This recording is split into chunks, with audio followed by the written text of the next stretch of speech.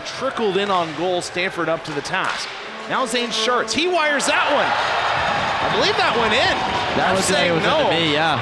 But I'm positive that hit the rear post, but nonetheless, IUP going the other way. A 3-on-0 for them. Their shot goes wide. Comes out in front, another shot stopped by Halpenny, he'll cover. Okay, so first things first, that's the goal at the other end. But nonetheless, how do you not score on a 3-on-0? They've now put a goal up on the board. And they are going to face off at center. I guess that is why Joe Ford is so angry. And I'm sure that the officials here chatted with the linemen and determined what exactly went down and realized it was a goal. Here you can see Ford is just absolutely livid.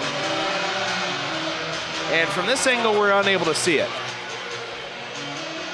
Well, you do see Barima get bumped in the middle of the shot. But regardless, everyone on Liberty seemed to think it was a goal. Josh Halpenny was in the corner when IUP entered the zone on a 3-on-0 after the fact. All right, here's a better look. Yeah, that's a goal. The net twitches and everything.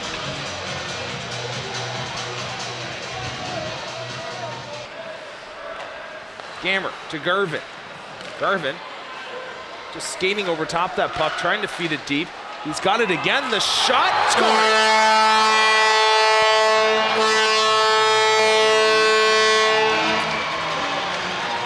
Grant Garvin, 4-on-4, the extra space. He just one-mans it through the whole team. It kind of got lost in his skates for a second.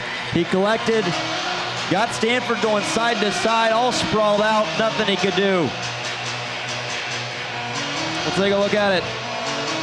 Garvin collected it from the defender, regains it. Oh, just he's slid it to the far post. Yeah, he definitely sneaked that one in there. Deceptive. Grant Garvin now with 44 points on the year. That leads the ACHA. Casale comes in, makes a nice move, forehand scores. Oh. Boy, he is slippery. He did it last night to Colt Steele, walked around him, tucked it top shelf. This time, he looked off, I believe it was Reynolds, yes, and then came in and outweighted Halpenny and just tucked it in. I think it was actually Kyle Crane, yeah, it was Kyle Crane, but what nifty move. Nice hands in tight there, and a great response by IUP to score quickly following Garvin's second tally. Schartz comes through, Thompson with it now, double screen in front. Ryan shot, scores!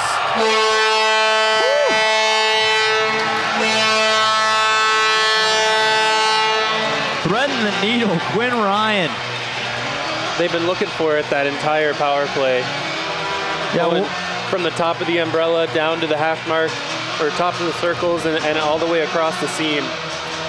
They've been looking for that cross slot pass all night, really. That was top shelf, man. You can't place that much better at all. Yeah, a centimeter higher, and it's off the crossbar.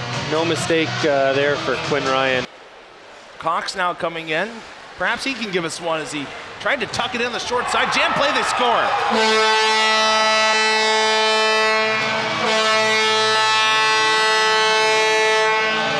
Ryan Cox flipped it up on goal, and Tyler Kurtz made the initial save, and I believe he thought he had the puck wedged in his pads and in his bread basket, but it just squeaked out to the side. It was able to be poked home by Cole Gammer. And here's my deal with Kurtz, and he's struggled with these this weekend, is he's parallel with the goal line.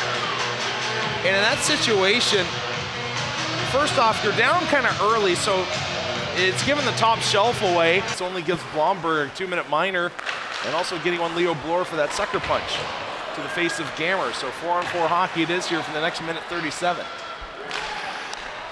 Reynolds, shot, scores. Great screen in front by Garvin.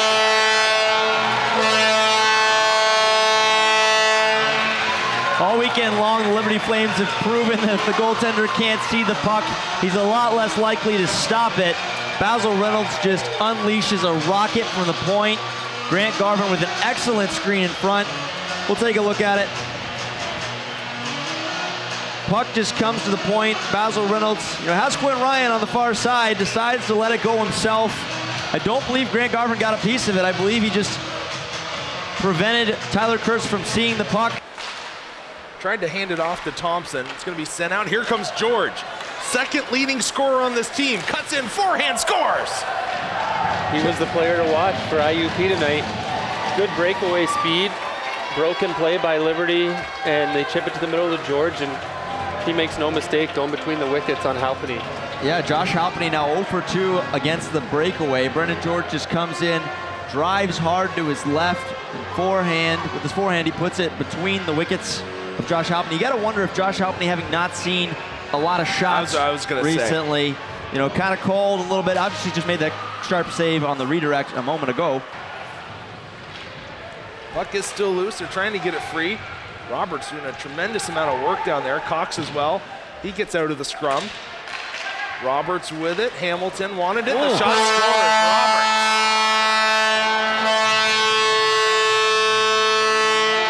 Roberts. Puck was pinned along the boards behind the goal for an extended period of time, but Zechariah Roberts digs it out and walks into the circle. Just kind of turned it, threw it towards the net. As Don Cherry says, never a bad play to throw it towards the goal. That's right, Fitzy. Don's getting a lot of love in this one. Always a lot of love for Don Cherry. Oh, yeah. That was a nice release from Roberts, too. Kurt just kind of came off his post early, gave him a lot of room on that side. There's no screen there. You have to have that. Yeah. Like, there's no excuse for that. They had 3 assists last night. You know, quietly, he had just a great night. He's filled the scoreboard more than you think. A big goal there by Bricks. That was a beauty. Hit all 3 posts. Left post, crossbar, right post. That's real pretty. It sounds great.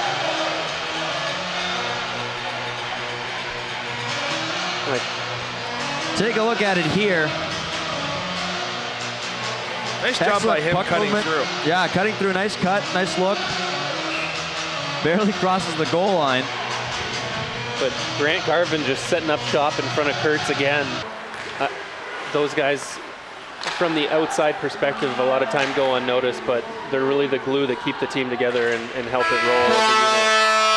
That's going to do it here on this one. The weekend series, the Flames sweep it, winning game number 2 by a score of 7-2. Quinn Ryan, another impressive night. All in all, the Flames, a dominant weekend here at home ice. We'll be back for the post-game show in just a second.